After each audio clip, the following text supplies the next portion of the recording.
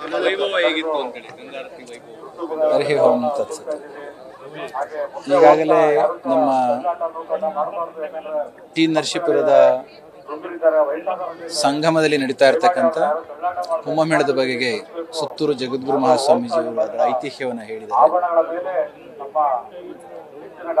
ನಾಡಿನಲ್ಲಿ ಪ್ರಯಾಗರಾಜದಲ್ಲಿ ಸಂಕ್ರಾಂತಿಯಂದು ಪ್ರಾರಂಭವಾದಂಥ ಕುಂಭಮೇಳ ಬರ್ತಾ ಇರತಕ್ಕಂಥ ಶಿವರಾತ್ರಿವರೆಗೂ ಕೂಡ ನಡೀತಾ ಇದೆ. ಅಲ್ಲಿಗೆ ನಾವೆಲ್ಲರೂ ಕೂಡ ಹೋಗಿ ಬಂದಿದ್ದೇವೆ. ಈ ಭಾಗದ ಹಲವಾರು ಭಕ್ತಾದಿ ಕೂಡ ಹೋಗಿ ಬಂದಿದ್ದಾರೆ.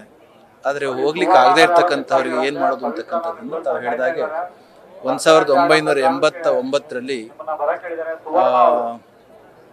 ಯತಿಶ್ರೇಷ್ಠರು ಮಾಡಿದಂಥ ಸಂಕಲ್ಪ ಇಲ್ಲಿ ಕೂಡ ಅಷ್ಟೇ ಪವಿತ್ರವಾಗಿ ನಮ್ಮ ತಿರುಗುಕೂಡಿನಲ್ಲಿ ಕಪಿಲೆ, ಕಾವೇರಿ ಮತ್ತು ಸ್ಫಟಿಕಪುರಿಯ ಸಂಸರ್ಗದಲ್ಲಿ ನಡೀತಾ ಇರ್ತಕ್ಕಂಥದ್ದು.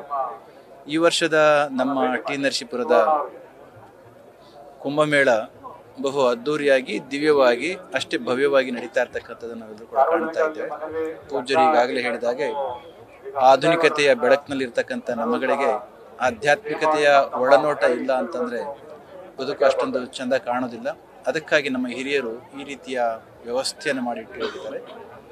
ಆಧುನಿಕತೆಯಲ್ಲಿ ಮುಳುಗಿರ್ತಕ್ಕಂಥ ನಮ್ಮ ಯುವಕರಿಗೆ ಭಕ್ತಿ ಮತ್ತು ಶ್ರದ್ಧೆಯಿಂದ ನಡೀಲಿಕ್ಕೆ ಆಧ್ಯಾತ್ಮಿಕವಾಗಿರ್ತಕ್ಕಂಥ ವ್ಯವಸ್ಥೆಯನ್ನು ಮಾಡಿಟ್ಟಿರ್ತಕ್ಕಂಥ ಈ ಪವಿತ್ರಗಳಿಗೆ ಈಗ ತಾನೇ ನಾವೆಲ್ಲರೂ ಕೂಡ ಗಂಗಾರತಿಯನ್ನು ನಾವು ನೋಡಿದ್ದೇವೆ. ಜ್ಯೋತಿಯನ್ನು ಪ್ರಜ್ವಲಿಸಿ ಗಂಗಾ ಮಾತೆಯನ್ನು ಮತ್ತು ಹಲವಾರು ದೇವತೆಗಳನ್ನು ಮಾಡ್ಕೊಳ್ತಕ್ಕಂಥದ್ದು. ಮನುಷ್ಯನ ಮೂಲ ಉದ್ದೇಶ ಮುಕ್ತಿ. ಮುಕ್ತಿಗೆ ಮೂಲ ಕೀಲಿ ಕೈ ಜ್ಞಾನ. ಜ್ಞಾನದ ಸಂಕೇತವಾಗಿರ್ತಕ್ಕಂಥ ಜ್ಯೋತಿಯನ್ನು ಪ್ರಜ್ವಲಿಸಿ ಭಕ್ತಿಯಿಂದ ಪರಮಾತ್ಮನನ್ನ ಮತ್ತು ತಾಯಿ ಗಂಗೆಯನ್ನು ಸ್ಮರಿಸಿಕೊಳ್ತಕ್ಕಂಥ ಕೆಲಸ ಆಗಿದೆ. ಇದೇ ಸಂದರ್ಭದಲ್ಲಿ ನದಿಗಳು ಚಂದ ಇದ್ದದ್ದೇ ಆದರೆ ದೇಶ ಚೆನ್ನಾಗೇ ಇರ್ತದೆ.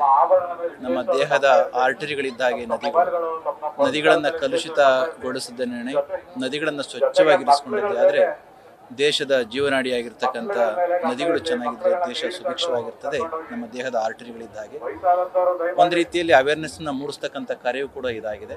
ಮುಂದಿನ ದಿನಗಳಲ್ಲಿ ನಮ್ಮ ಜನಗಳು, ಭಕ್ತಾದಿಗಳು ನದಿಗಳನ್ನು ಸ್ವಚ್ಛಗೊಳಿಸಿ ಶುದ್ಧವಾಗಿ ಇಟ್ಕೊಳ್ತಕ್ಕಂಥ ಕೆಲಸವನ್ನು ಮಾಡ್ತಾರೆ ಅಂತ ಒಂದು ಭಕ್ತಿ ಮತ್ತೊಂದು ಶ್ರದ್ಧೆಯ ನಂಬಿಕೆ ಇದೆ.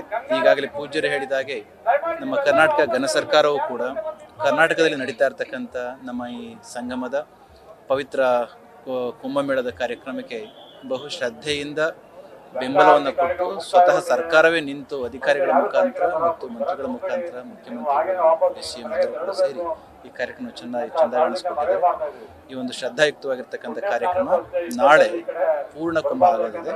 ಪೂಜ್ಯ ಸ್ವಾಮಿಗಳು ಹೇಳಿದ ಹಾಗೆ ಮಾಘ ಶುದ್ಧ ಪೌರ್ಣಮಿಯೆಂದು ಪೂರ್ಣ ಕುಂಭಮೇಳ ನಡೆಯೋದ್ರಿಂದ ಇನ್ನೂ ಒಂದು ದಿನ ಬಾಕಿ ಇದೆ. ಹಾಗಾಗಿ ನಾಡಿನ ಸಮಸ್ತ ಭಕ್ತಾದಿಗಳು ರಾಜ್ಯದ ಅಥವಾ ದೇಶದ ಯಾವುದೇ ಮೂಲೆಯಲ್ಲಿದ್ದರೂ ಕೂಡ ಬಂದು ಪುಣ್ಯ ಸ್ನಾನದಲ್ಲಿ ಭಾಗಿಗಳಾಗಿ ಮನಸ್ಸು, ದೇಹ ಮತ್ತು ಪ್ರಜ್ಞೆಯನ್ನು ಕೂಡ ಸಂಸರ್ಗಗೊಳಿಸಿಕೊಂಡು ಶುದ್ಧಿಗೊಳಿಸ್ಕೊಳ್ಬೇಕು ಮತ್ತು ಮುಕ್ತಿಯ ಪರಮ ಸಂಪದದ ಕಡೆಗೆ ಸಾಗಬೇಕು ಅಂತ ನಾವು ದಕ್ಷಿಣ ಕಾಶಿ, ಕಾವೇರಿ, ಸ್ಫಟಿಕ, ಕಪಿಲೆಯ ಒಂದು ತ್ರಿವೇಣಿ ಸಂಗಮ ದೇಶದ ಪ್ರಧಾನಿಗಳನ್ನ ಕರೆಸುವಂತ ಕೆಲಸ ಮುಂದಿನ ದಿನಗಳಲ್ಲಿ ಈಗಾಗಲೇ ನಮ್ಮ ಸುತ್ತೂರು ಮಹಾಸ್ವಾಮೀಜಿಯವರು ಹೇಳಿದ್ರು.